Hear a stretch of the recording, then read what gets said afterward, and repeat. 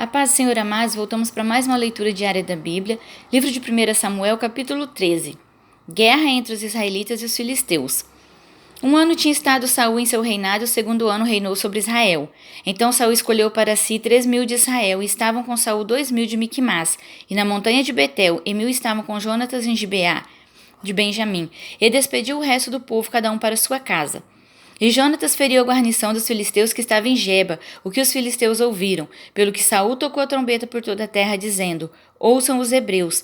Então todo Israel ouviu dizer: Saul feriu a guarnição dos filisteus, e também Israel se fez abominável aos filisteus. Então o povo foi convocado após Saul em Gilgal. E os filisteus se juntaram para pelejar contra Israel, 30.000 carros e 6.000 cavaleiros, e povo em multidão, como a areia que está à borda do mar, e subiram e se acamparam em Miquimás, ao oriente de Bet-Aven.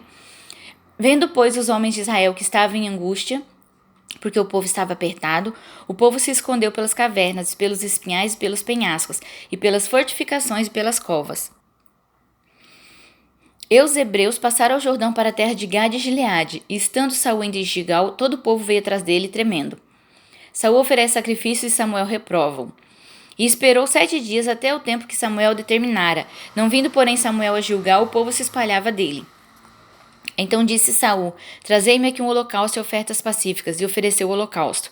E sucedeu que, acabando ele de oferecer o holocausto, eis que Samuel chegou, e Saul lhe saiu ao encontro para o saudar. Então disse Samuel: Que fizeste? Disse Saul: Porquanto via que o povo se espalhava de mim, e tu não vinha nos dias aprazados, e os filisteus já se tinham ajuntado em Miquimás.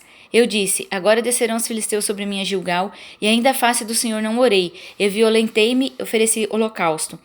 Então disse Samuel a Saul: Obraste neciamente, não guardaste o mandamento que o Senhor teu Deus te ordenou, porque agora o Senhor teria confirmado o teu reino sobre Israel para sempre. Porém, agora não subsistirá o teu reino. Já tem buscado o Senhor para si um homem segundo o seu coração, e já lhe tem ordenado o Senhor que seja chefe sobre o seu povo, porquanto não guardaste o que o Senhor te ordenou. Então se levantou Samuel e subiu de Gilgal a Gibeá de Benjamim, e Saul contou o povo que achou com ele, uns 600 varões.